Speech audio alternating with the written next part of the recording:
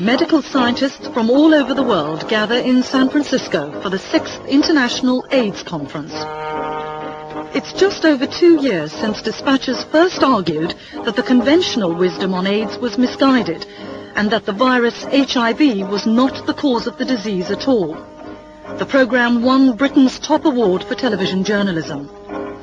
Tonight, Dispatches returns to the AIDS trail and goes even further, arguing that AIDS as we know it may well not even be infectious. But a word of caution. Tonight's program does not argue that all thoughts of safe sex can now be discounted. Indeed, for high-risk groups, safe sex may well be the government's only accurate piece of advice. But until we accept that all the orthodox AIDS thinking could be wrong, we shall continue to be victims of the AIDS catch.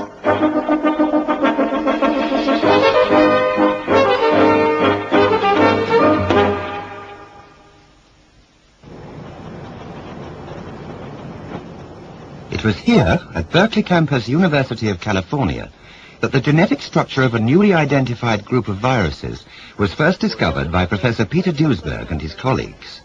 They came to be called retroviruses and can live harmlessly in their host cell. When the retrovirus HIV was announced as the cause of AIDS, Peter Duesberg's 25 years of experience in the field convinced him that HIV couldn't destroy the immune system in the way that was being claimed. In other words, HIV could not cause AIDS. I don't think we have found the cause of AIDS. If we had found it, we would have stopped AIDS. We would be treating people with AIDS, successfully curing them, and we would have predicted, or we could make a more accurate prediction how AIDS is spreading or behaving or who is going to be infected by it. None of this has been accomplished. That's the hallmark of a poorly grounded hypothesis, the virus AIDS hypothesis. 6 years had passed since the first claims were made about HIV, and the HIV issue remains even more in doubt. In fact, everything we currently accept about AIDS can be turned on its head. An increasing number of leading scientists are now questioning HIV as the cause of AIDS. One of the difficulties with ascribing the virus to be the cause of AIDS is that one has not demonstrated clearly that the virus will cause AIDS in an experimental animal. And that gap in our findings at the moment produces a question. I don't think the cause of AIDS has been found. I think in a disease as complex as AIDS that there are likely to be multiple causes. In fact, even to call it a single disease when there are so many multiple manifestations seems to me to be an oversimplification. I think assuming that HIV is the sole cause, the exclusive cause, is the wrong model. This program traces evidence that contradicts HIV as the cause of AIDS. We question whether AIDS is an infectious disease at all, and tell the stories of long-term survivors of HIV and AIDS who are in perfect health, like Tom, HIV positive for 8 years, and Anna, also HIV positive 8 years. Sam, who has Kaposi's sarcoma, an AIDS disease but no trace of HIV. We talk to Michael Callan, HIV positive 8 years with AIDS symptoms in the past, but fit and well now. And Ron Wiebeck, who had HIV and an AIDS-linked brain disease, but there's no trace of either now. First of all, we must distinguish between AIDS and HIV. AIDS is a syndrome we shall argue is not infectious, and HIV, a retrovirus which is infectious, though extremely difficult to transmit, has nothing to do with AIDS and is simply an indication of high-risk behavior. HIV does very little in a human host. It infects it with great difficulty, because it's very hard to pick up from somebody. And once it infects him, it spreads mildly or poorly into a few T cells and B cells, lymphocytes, and occasionally then, during that original spread, before the immune system responds to it, may cause a glandular fever. That has been reported in a few studies. Very rare, apparently. And from then on, it's neutralized by the immune system within a couple of weeks or months after the infection, and it does nothing anymore for the rest of your life. Of the millions of T cells that form part of our immune system, HIV is only capable of infecting 1 in 500 T cells where it lies dormant. And HIV only actively infects at most 1 in 10,000 T cells. Every 2 days, the body regenerates T cells at a rate of 5%, 500 times faster than HIV can actively infect them. So HIV can't be seen to do any harm in the body and can live happily in its host cell. If HIV is so ineffectual, why then is it the accepted view that it's the cause of AIDS? We put this to Harvard molecular biologist Professor Walter Gilbert. The general public accepts what the media tells them, and the media has blown up the virus as the cause of AIDS. And the scientific community, parts of it, have blown up the virus as the cause of AIDS because it is more convenient to have a neat explanation than to be in that situation, which we often are in science, at which the problem, the questions, still face us, and our knowledge proceeds gradually to overcome those difficulties. I think people want to believe in HIV. People have profound feelings about HIV, and what I call them HIV fundamentalists. Author of AIDS, the HIV Myth, one of the first books to challenge HIV as the cause of AIDS, Judd Adams has long been suspicious of the HIV hypothesis, and in particular of the way the virus was brought to public attention. HIV was announced to be the cause of AIDS at a press conference in America in April of 1984. Health Secretary Margaret Heckler made the announcement to a packed news conference. The probable cause of AIDS has been found. She then introduced the scientist who led the team, Dr. Robert Gallo. It was rather interesting that that press conference was held before publication in the scientific papers, in the scientific press, which is almost always the precursor of a discussion about whether you've genuinely got the cause, whether you've genuinely got a discovery. In Paris, at the Pasteur Institute, where HIV was first identified, even Professor Luc Montagnier, who pioneered early HIV work, has moved away from the notion that HIV on its own can cause AIDS. Had he always believed it was sufficient to cause the disease? At first, yes, we thought we had the best candidate for this virus to be the cause of AIDS. But after a while, even from the beginning actually, we thought maybe for the activation of that virus in cells, we need some cofactors. So I would agree that HIV by itself, or some strains of HIV, are not sufficient to induce AIDS. If the role of HIV is now being questioned by leading scientists, how does that affect the way we look at AIDS? What in fact is AIDS? In 1987, the Center for Disease Control in Atlanta, USA, revised and broadened its definition of AIDS, listing 25 diseases. So many different diseases points away from one single viral cause, argues Peter Duesberg. AIDS is a collection or syndrome of 25 old diseases, conventional diseases. Not one of them is new. They've all been known for centuries, or at least for decades,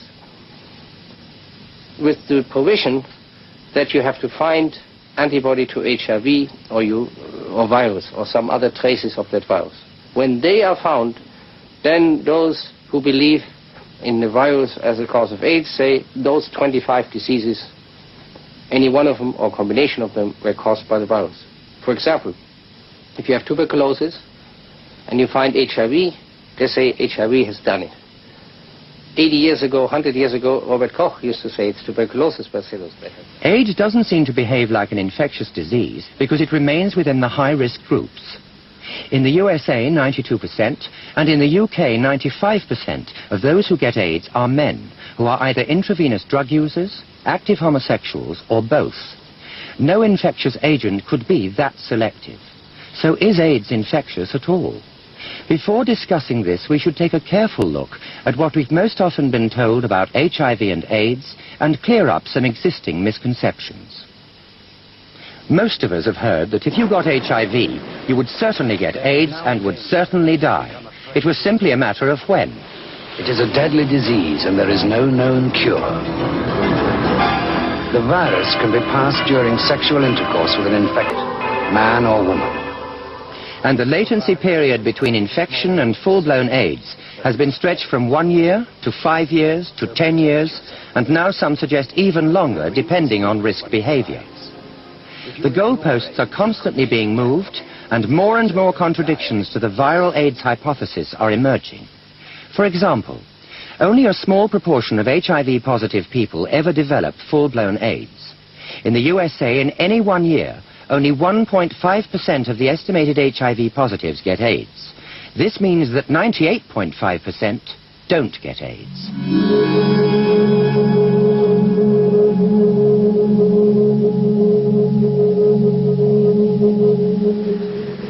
I believe I've been HIV positive since at least 1982 because I was with my lover at that time who died of AIDS in 1984. I have no symptoms whatsoever. I routinely exercise and go to work every day and do everything anyone else would do. What very often you hear on the media is enough to scare the life out of you. Of course, they say if you're just positive, you have AIDS. But that one's hard to get over, the discrimination and hysteria. Anna discovered she was HIV positive 3 years ago, but she's sure that she's had HIV since the early 80s in San Francisco, where she took drugs from the age of 14 to 21. I was for a while an intravenous drug user, although it's now over 6 years since I injected any drugs at all. When I was first diagnosed, I thought, I'm going to die, this is it. And I'd been listening to everything that was being said on the television, that we were reading in the papers, and the message was, and still is very much, HIV equals AIDS equals death. Since I've known I was positive, since my diagnosis, I've had no health problems at all, really.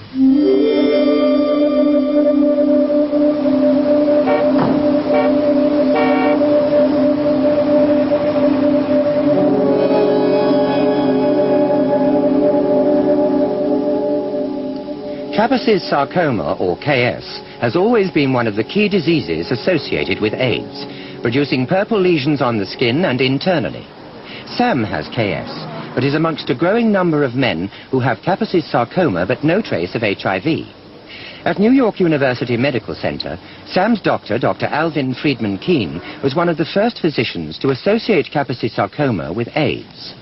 In the beginning of the epidemic, one of the first things that we noticed was this unusual tumor occurring in gay men. Since that time, of course, we've seen an enormous number of Kaposi's sarcoma cases in patients who were HIV-infected individuals, and more recently discovered that there were several patients who were gay men with Kaposi's sarcoma who were not HIV-infected. Sam had wanted to be tested for HIV because he felt he was leading a high-risk lifestyle, including taking poppers, a dangerous substance called amyl nitrite that is inhaled. I have a background of having had a lot of promiscuous sex with both men and women over a period of many years.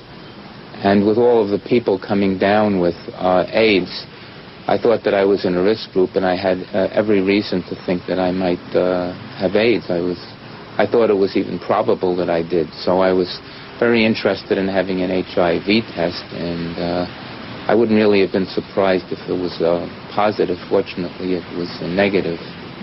Dr. Friedman Keene is convinced that his HIV-negative patients do not have AIDS, but a benign form of Kaposi's sarcoma caused by an organism other than HIV.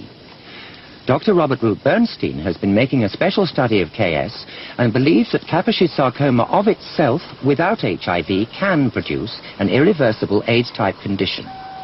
The existence of Kaposi sarcoma patients who are HIV negative suggests to me that there are causes of AIDS other than HIV.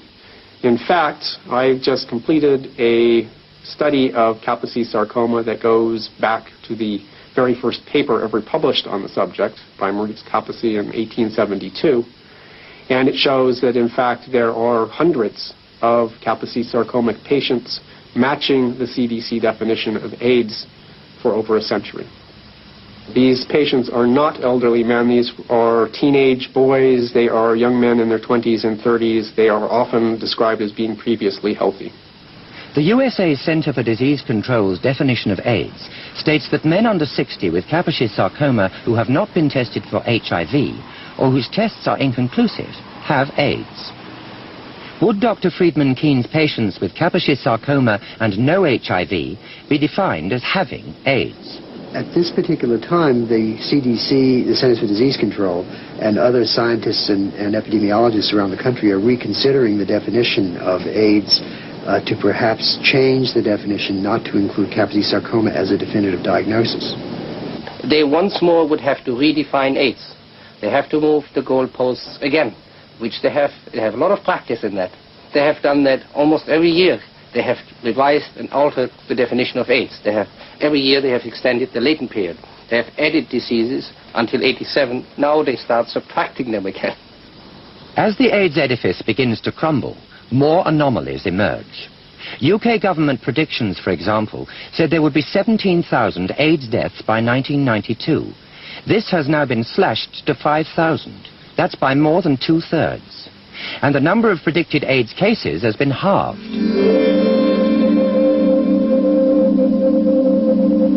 Stage performer Michael Callan has had HIV and AIDS symptoms since 1983. I'm sure that I became infected like most other gay men who have AIDS. I was very, very active in the sexual revolution of the late 70s and early 80s. How is the state of your health in general now? It's a paradox of AIDS. I'm healthier now than I've ever been. I mean, I have Kaposi sarcoma, I have bacterial pneumonia at least once a year, I've had herpes zoster, I have some immune complex problem, and for a while they thought I had lymphoma. But since I practice safe sex rigorously now, I no longer get the flus and the colds and the drips and the rashes that were part of being a gay man in the 70s and being sexually active, and you just didn't really notice them. Do you think HIV is the cause of AIDS? No, I have never believed that HIV or any other single event, single agent, could account for a disease of this complexity and diversity. Ron Wiebeck has another extraordinary story to tell. In 1985, he was a waiter in Cape Cod when he began to lose vision, couldn't add up properly, and started falling over. He was diagnosed as having HIV and an AIDS-related viral brain disease called PML. He became gravely ill. Well, I felt that I was going to die, and I actually asked the doctors to send me home because I wanted to die at home. Well, several weeks had passed, and then I realized that it would be worse if I died without trying. So, and also the fact that I had to try for other people who loved me. So I started fighting back. Ron has made an excellent recovery, and both viruses have completely disappeared. In February of 1989 and June of 1989, I was tested at the National Institute of Health, at which time they found no trace of the AIDS virus or HIV virus in my spinal fluid or my blood, along with no trace of the JC virus that causes the brain disease. Both viruses were gone. The threat of the heterosexual spread of AIDS has succeeded in frightening the general public.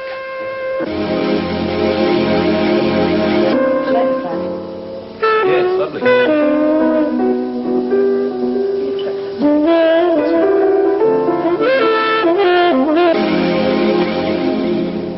In some young people's minds, sex now equals death. The heterosexual threat is also used to squeeze more funding for the lucrative HIV-based research projects that are underway. Professor Gordon Stewart, one of the few voices in the UK that has questioned the HIV hypothesis, has made a special study of AIDS predictions. Well, the main prediction was that there would be a tremendous spread by heterosexual transmission. And that has not occurred. Not in America, not here, as far as I know, not anywhere. Africa is something else. And then the follow-on from that was that there would be, because of that, a global pandemic. And that has not happened either. HIV is not behaving like a newly introduced sexually transmitted virus, which would be expected to spread like wildfire. In a recent US Armed Forces survey of over 1 million 17 to 19-year-old men and women, HIV was found very rarely indeed, a steady 0.03% over 5 years. I seriously doubt that AIDS will become an epidemic in the heterosexual population. If I'm right that you have to have other cofactors before HIV becomes lethal, or in fact perhaps HIV isn't even necessary, essentially a person who has no risk factors isn't going to get AIDS. At the San Francisco AIDS Foundation, a campaign has been launched to raise $400 million to help fight the spread of AIDS over the next 3 years. But even the foundation's press officer admits the actual figures for heterosexual spread are not there. Here in San Francisco, we have yet to see a massive spread of the virus into the heterosexual population. We're still looking at individuals who are injection drug users, individuals who are partners of injection drug users, namely women, as still being the individuals who are primarily getting infected in terms of the heterosexual population. At San Francisco General Hospital, epidemiologist Dr. Andrew Moss admits that there are few hard facts on heterosexual AIDS. We don't know how fast it's spreading heterosexually, and we won't know how fast it's spreading and what's likely to happen without some more knowledge about those areas. How do you feel about the general predictions concerning the spread of AIDS? I think most official predictions about the spread of AIDS have been consistently wrong in this country and in Britain and in the world. And I think there's 2 reasons for that. One is a lot of very bad science was done, and the other is there are political pressures to have high numbers. All administrative numbers are political, and there's usually an inflation in the upwards direction. And I think it's been hard for people to back away from their high numbers. Inflated predictions involving the transmission of HIV and AIDS through women have had to be revised. Prostitutes were quickly focused on, but a UK survey involving 250 prostitute women over 5 years at St Mary's Hospital in London showed only 3 to be HIV positive. 2 were intravenous drug users and 1 the partner of an IV drug user. The 3 are said to be in good health. AIDS figures are not reliable, and AIDS itself is not behaving in the way it's supposed to. In fact, it isn't behaving like an infectious disease at all. I believe that AIDS is not or cannot even be an infectious disease. See, an infectious disease, believe it or not, has a certain criteria to it. How it happens, when it happens. For example, if you get infected by a bug or by a virus, within weeks or months after a contact or after that infection, you will have symptoms of a disease. In HIV and AIDS, however, we are told you get sick 10 years later, 10 years after infection. That is not how viruses or bacteria even work. They work fast or never. They are very simple mechanisms, like a little clock, that can do only one thing, go around the dial once, and that takes 24 to 48 hours with the virus. There is no way that virus could possibly slow down or wait a week or wait 10 years. That is totally absurd. The second reason why I think AIDS cannot be an infectious disease is there is no precedent, there's no chance that a microbe, particularly a virus that small, could be that picky, as selective as the cause of AIDS must be. AIDS is restricted ever since we know it to only 2 major risk groups, not the general population, namely the intravenous drug users and a small percentage of male homosexuals. In my opinion, AIDS is not consistent with an infectious disease. And the reason why is that the risk group proportions have hardly changed at all in the last 8 years. In other words, the proportion of AIDS cases accounted for by gay men or by intravenous drug users is virtually identical now to what it was 8 years ago. This is a total contradiction with the notion of an infectious venereal disease, the prevailing viewpoint. Infectious diseases always spreads, and yet AIDS has not spread. It's remained rigidly compartmentalized. For many scientists, it's difficult to move away from the idea that AIDS is infectious.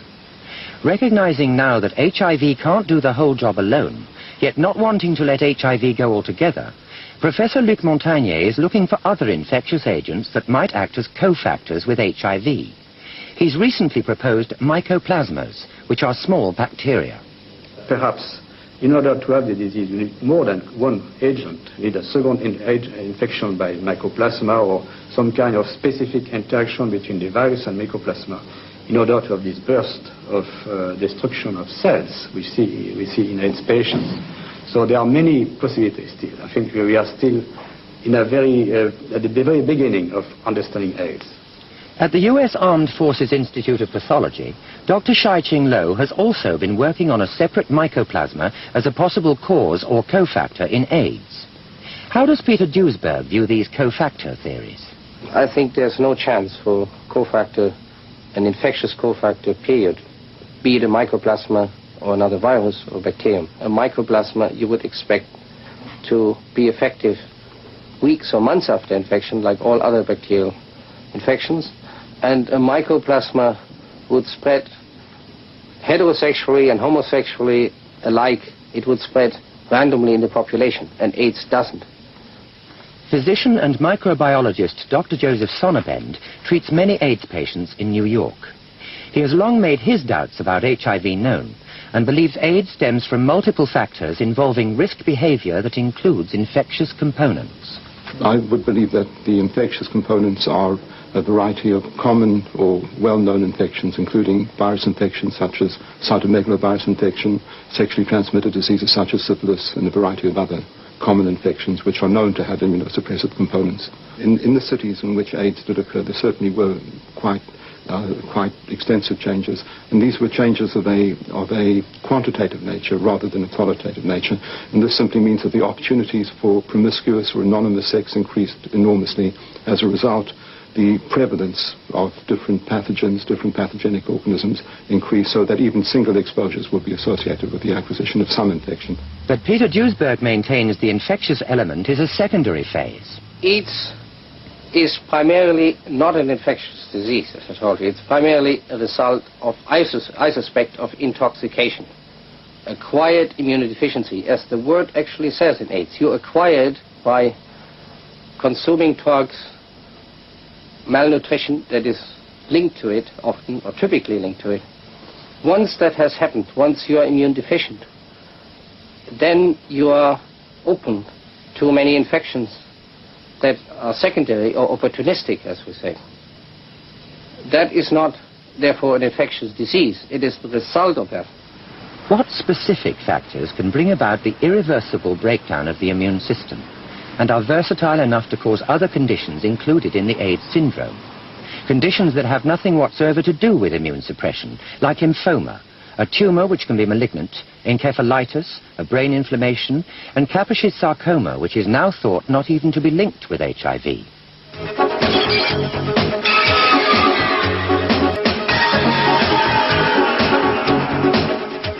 In the 70s, when the gay liberation movement took off, young men flocked to New York and San Francisco, where they met up in bathhouses and discos. Writer and chronicler of the gay movement, John Lauritsen, takes up the story. They went to discotheques or leather clubs and other places where they would take drugs. And not just a few drugs, not innocuous drugs, but they might take 6 different drugs in the course of an evening. And we don't know, really, the consequences of these drugs. But they would include poppers, which are nitrite inhalants, MDA, which is a designer drug, even ecstasy and Special K, which are other designer drugs. They would include ethyl chloride, a deadly substance which is inhaled. It would include also cocaine and heroin and marijuana and alcohol. And If people took a half a dozen of these things in the course of an evening, who knows what the interaction effects are? Who knows what the long-term effects of any one of them is separately? My hypothesis is that AIDS is caused by non-infectious agents. And the non-infectious agents that I consider most likely as causes of AIDS are, in part, the psychoactive drugs, which are imported and consumed in ever larger quantities ever since the Vietnam War in this country and probably also in Europe. I have always thought, and indeed since 1983 I've been saying, that drugs play a major part in the development of AIDS. Now, they do so in various ways, because there are various kinds of drugs involved, and they don't all apply to the same risk groups. There are, above all, I think, the nitrites, which we know are very toxic indeed to the cellular components of the immune system. I don't think there's any argument about that. And they can cause various other kinds of cellular damage too. I would think that this factor is so important that it could in itself produce a state of affairs which is not unlike AIDS as we now know it. Apart from the obvious dangers of intravenous drug use, amyl and butyl nitrites, inhaled while dancing and during sex, used to come in one-dose phials called poppers, but were soon available over the counter in screw-top bottles, allowing unlimited inhaled doses. Amyl and butyl nitrites, in the kinds of doses that they are used, particularly by gay men, have been shown in various studies to be immunosuppressive. If intravenous drugs, poppers and over-medication with antibiotics play such an important role in AIDS, why have they received so little attention? Why has HIV caught all the attention? The profit motive is very, very powerful here. There are hundreds and hundreds of millions of dollars at stake in the HIV hypothesis. Or, for that matter, in the case of poppers. At one time, the gross profits from poppers were $50 million a year. So therefore, most people can, at least a lot of human beings, can be bought off. Meanwhile, the powerful HIV juggernaut thunders on, making more and more claims. Claims, for example, that HIV causes AIDS in needlestick accidents. There is not one single confirmed case of AIDS from a needlestick injury anywhere in the world. There are also claims that HIV causes AIDS and death in the babies of HIV-positive mothers, the majority of whom are intravenous drug users, through blood transfusions, which are themselves immune suppressant, and in people with haemophilia, a condition also associated with immune suppression. Heterosexually spread HIV is also blamed for the AIDS-type slim disease in Africa. But the manifestations of AIDS in Africa, high fevers, malaria, dysentery and bacterial infections, are very different from AIDS as is described in the West, and are consistent with pathogenic assault and malnutrition that are already endemic in some third world countries. Vested interests in HIV technology have prevented any proper controlled trials to discover whether HIV really is causing all these diseases. So there's no proof that any of these severely ill patients, grouped together under the HIV/AIDS banner, are dying of HIV infection rather than one of the 25 old diseases described as the AIDS syndrome. In the only small trial we could find in people with haemophilia, those who were HIV positive and those who were negative had exactly the same incidence of disease. Yet prejudice, discrimination and fear continue to escalate around HIV. Children and adults with haemophilia, presumed to have been infected with HIV through injection of blood products, are particularly vulnerable to this type of discrimination. University lecturer Dick James has haemophilia. He's been HIV positive for 8 years. I have a full-time job, I have friends, I do most of the kinds of things most people do. I have a very busy life, as a matter of fact. Do you think HIV positive people are discriminated against? Oh, quite certainly. Discrimination in terms of I'll be charitable, benign neglect by government or government's relative inaction concerning the epidemic, and certainly more obvious things like the increasingly famous immigration laws in the United States that prevent people from coming to our country. There are, of course, less restrictive laws on the books in many countries, and so there are some countries that I find it difficult to travel to also. This is just one example of the gross discrimination shown towards HIV-positive people. If HIV has nothing to do with AIDS, and AIDS is not infectious, we are living through one of the biggest scientific errors in history. One of Peter Duesberg's greatest concerns is the fact that HIV-positive people with and without symptoms are being prescribed the highly toxic drug AZT, which can cause bone marrow depletion and symptoms identical to AIDS itself. The mechanism of action of AZT is embarrassingly clear and simple. It is a terminator of DNA synthesis. DNA is the basis for all life on this planet. It's the central molecule in every living cell. Author of a recent book describing the dangers of AZT, John Lauritsen has made a careful study of the AZT drug trials. His findings were originally published in a series of articles in the New York Native. Well, I have examined all of the major studies which are used to claim benefits for AZT. Without exception, I would say these studies prove nothing. They have been, in one respect or another, incompetent and or dishonest. But I would maintain that there is no scientifically credible evidence whatever that AZT has benefits for anybody under any circumstance. What do you think of the current trials looking into the long-term effects of AZT? Yeah, well, I think they will just show, again, that AZT is toxic. If you give less, it will take longer to kill somebody with it or kill its susceptible cells with it. And if you take more, it goes faster. So far, no one has lived longer than 3 years on AZT. And it's very difficult to know whether a patient is dying of AIDS or the toxic effects of the drug. With so many lives at stake, and not a single one saved through the HIV hypothesis, there's been astonishingly little debate about alternative causes of AIDS.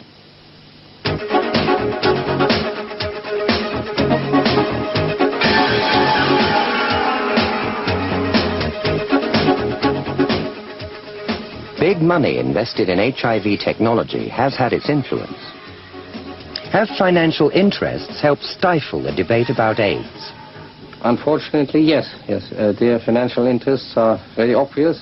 Most of my colleagues I'm arguing with or debating with or trying to debate with, most of them don't want to dignify me with an answer, are millionaires. Stockholders in companies, consultants, award winners. They win awards at the same rate as Boris Becker and Ivan Lendl. Every 2 or 3 months they get an award for the virus causing AIDS. So they are orders of magnitude ahead of those who don't believe in the virus hypothesis and live on regular university salaries. It might be difficult for scientists, but why have medical journalists been so slow to contest the received views about HIV and AIDS? Medical journalists in particular seem to think that the public are best served by giving them unadulterated information which comes direct from the government. It's something that no other journalist does. Journalists working on economics or on transport want to give both sides of the story, and if the government says something, then the first thing they're going to do is ask a question about it.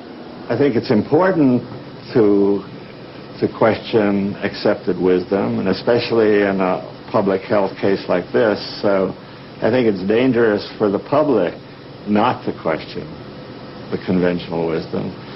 But it is dangerous for some of the people who speak out most loudly and most authoritatively. If HIV is not the cause of AIDS, the long-term implications could be disastrous. We may end up developing vaccines which will prevent HIV infections but not prevent AIDS.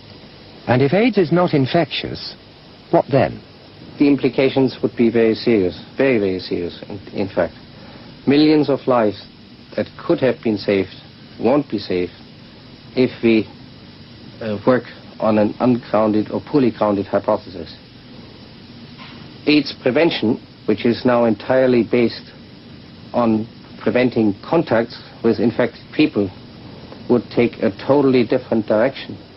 The community as a whole doesn't listen patiently to critics who adopt alternative viewpoints. Although the great lesson of history is that knowledge develops through the conflict of viewpoints. That if you have simply a consensus view, it generally stultifies. It fails to see the problems of that consensus. And it depends on the existence of critics to break up that iceberg and to permit knowledge to develop. This is, in fact, one of the underpinnings of democratic theory. It's one of the basic reasons that we believe in notions of free speech. And it's one of the great forces in terms of intellectual development.